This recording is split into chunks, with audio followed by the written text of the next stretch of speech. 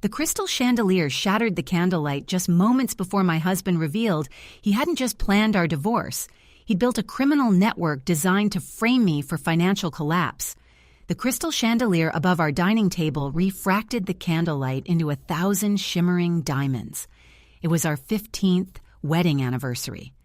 15 years of building this life, this home, this future I thought was unshakable. I'd spent 2 days preparing the perfect meal, the slow-roasted lamb my husband Mark always raved about, the aged Bordeaux, the little white orchid centerpiece that cost more than my first car. I was wearing the sapphire necklace he'd given me on our 10th anniversary, and I truly felt, like the luckiest woman alive. Mark arrived late, which wasn't unusual for him. He's a senior partner at a major acquisitions firm. But tonight, he didn't kiss me hello. He didn't even smile. He just stood by the doorway of the dining room, his expensive suit looking crumpled, his eyes shadowed in a way that made the carefully curated ambiance suddenly feel brittle. "Mark, you okay? Dinner is ready." I tried to keep my voice light, but a cold knot was tightening in my stomach. He didn't move toward the table. He walked instead to the mahogany liquor cabinet, poured 3 fingers of scotch, and downed half of it in one gulp. That was not Mark. Mark savored his drinks. "Sit down, Sarah," he said, his voice flat, devoid of its usual warmth. I sat, my hands gripping the edge of my silk dress. The lamb was starting to cool. "What is it? Did something happen at work?" He finally took a seat opposite me. He didn't look at the food, he looked right through me, like I was a pane of glass he was trying to see the wall behind. "This isn't about work," he stated. He reached into his inner jacket pocket, not for a gift, but for a thick, cream-colored envelope. He slid it across the polished wood. It stopped just shy of my plate. "What is this? An invitation?" I asked, picking it up with trembling fingers. The paper felt heavy, official. "It's the notice. I've retained counsel. We are filing for divorce tomorrow morning." The silence that followed wasn't peaceful. It was the crushing sound of a building collapsing around you. 15 years reduced to a single blunt sentence delivered over a candlelit anniversary dinner. "Divorce?" My voice cracked. "Mark, what are you talking about? We're celebrating tonight. Did I do something? Is this a joke?" He shook his head slowly. "No joke, Sarah. I'm done. 15 years of mediocrity. 15 years of this gilded cage. I met someone else. Someone who actually understands ambition." My breath hitched. The air suddenly felt too thin. I looked down at the envelope. Inside, I could see multiple sheets of legal jargon. But it wasn't the divorce filing that made my world tilt on its axis. It was the second thing he pulled from his pocket. A key card, the kind used for high-security facilities, embossed with a logo I didn't recognize. "And that's not all," he continued, leaning forward, his eyes glittering with a disturbing mix of relief and cruelty. "I'm leaving, and I'm taking everything." "Taking what?" "This house." "Fine, Mark, I'll sign the papers, but don't talk like a monster." "No, Sarah, not the house, not the cars. I'm talking about the company, the intellectual property, all of it." He tapped the key card against the table. "You think you married a successful executive? You married a distraction. While you were picking out centerpieces, I was setting up the biggest acquisition in the firm's history, an acquisition I orchestrated entirely outside of the board's knowledge. The structure is completely reliant on my access codes, my shell corporations, and my controlling interest in the holding company." My mind struggled to keep up. "What are you saying? Insider trading? Embezzlement?" "I'm saying that when the dust settles, the entire firm, worth billions, will be under my new umbrella. And because of the prenuptial agreement you foolishly refused to review properly back then, you walk away with a standard maintenance payment, a pittance. You get the silverware, Sarah. I get the infrastructure." He paused, taking another sip of scotch, enjoying my paralyzing shock. "Consider it my exit strategy." He stood up, pulling his jacket straight. He looked magnificent and terrifying. "I've already packed a small bag. I'm staying at the downtown penthouse tonight. You have until Monday morning to vacate the property. If you try to contact me, If you try to alert anyone at the firm about this little scheme of mine, this organization I've created, I will make sure you face the consequences of your association with what the authorities will soon deem a massive financial fraud, a potential source of complex international accounting malfeasance. I've made sure my lawyers have documents suggesting you were privy to certain creative accounting practices I employed." He walked to the front door, pausing with his hand on the knob. "Happy anniversary, Sarah. Enjoy the rest of the evening. I suggest you start packing light, because by Monday you won't even have the right to sit in the guest bathroom." And then he was gone. The door clicked shut. I sat there, paralyzed, the scent of lamb and expensive wine suddenly smelling like ash. I looked down at the key card he'd left behind. It was heavy. I picked it up, turning it over. On the back, etched faintly beneath the logo, were 3 numbers: 1985. I didn't know what 1985 meant. Was it a year? A code? A deadline? I stood up, my legs shaky, and walked over to the fireplace mantel where we kept the family safe, the one he always claimed held old tax returns and sentimental documents. I slid my fingers beneath the heavy bronze statue of a bull that guarded it. I remembered the sequence Mark had made me memorize years ago before we were married, when he claimed it was to access emergency funds. My heart hammered against my ribs as I spun the dial, inputting the combination. 361836. The tumbler clicked. I pulled the heavy door open, expecting old passports or perhaps a hidden will. Instead, the safe wasn't filled with paper or jewelry. It was filled to the brim with neat stacks of unmarked bearer bonds, and beneath them, a single outdated laptop, humming faintly, its screen glowing with an unfamiliar login. Prompt: enter security key for Project Chimera.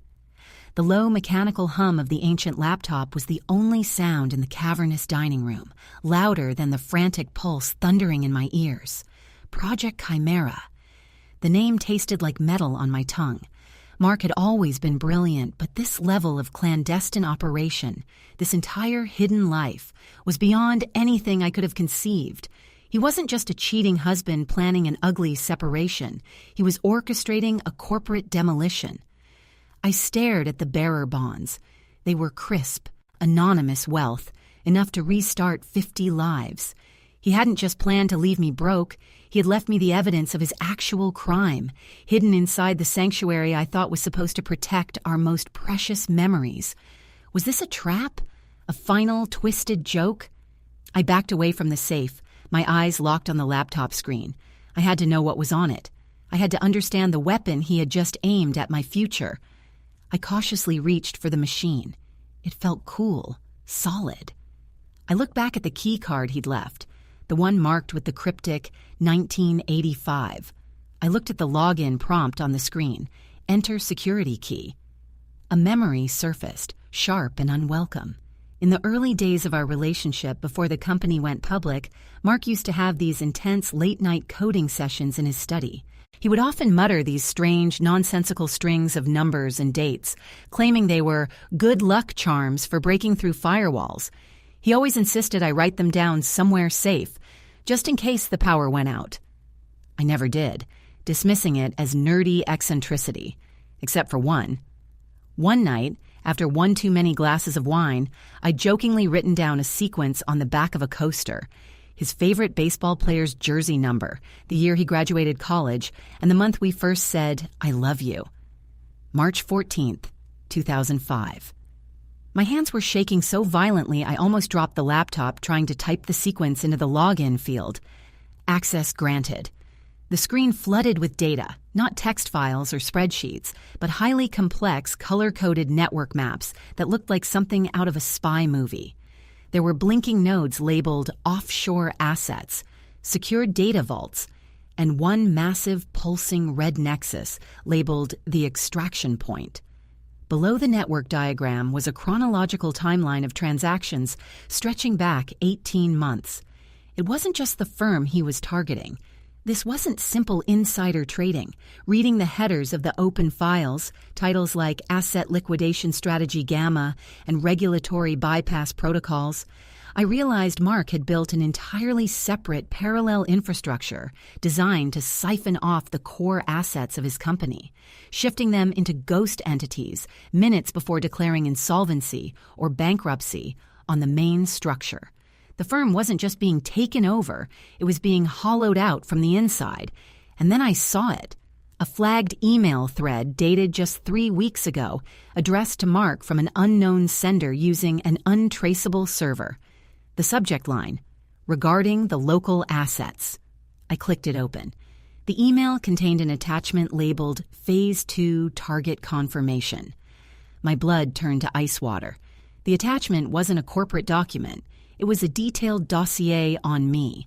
High-resolution photos of me walking my dog, spreadsheets detailing the equity in my grandmother's small inherited property outside the city, and crucially, a complex legal document outlining how the bearer bonds I was staring at could be legally traced back to my accounts if the regulatory investigation ever focused on secondary beneficiaries. Mark hadn't just planned to leave me penniless. He had constructed an intricate defense mechanism. If he were ever caught in the crosshairs of the impending federal inquiry, the one that would inevitably follow this massive financial collapse, he had meticulously arranged the evidence to point directly at me as his willing accomplice, the recipient of laundered funds.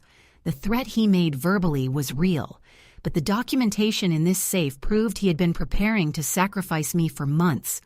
The timeline on the screen showed that the final system shut down. The moment the main company would collapse and he would assume full control of the extracted value was scheduled for precisely 8 a.m. this coming Monday. That was the deadline he gave me to vacate the house. But something else caught my eye in the lower corner of the screen. A small, persistent notification blinking in the system tray. Unidentified external connection. Attempting access. Security lockdown imminent. Someone else knew about Project Chimera. Someone was trying to hack in right now.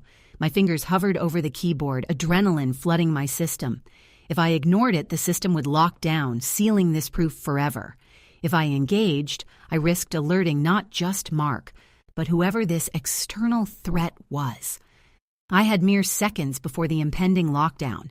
Should I try to send the evidence somewhere safe, or should I try to block the intrusion and secure this terminal?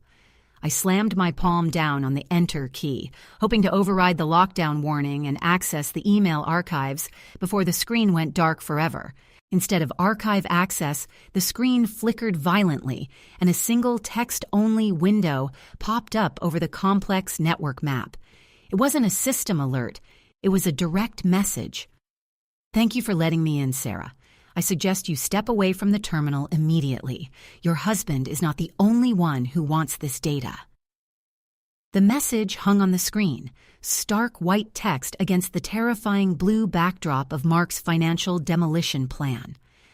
"I suggest you step away from the terminal immediately. Your husband is not the only one who wants this data." My instinct screamed at me to run, to drop the laptop, to flee the house and never look back.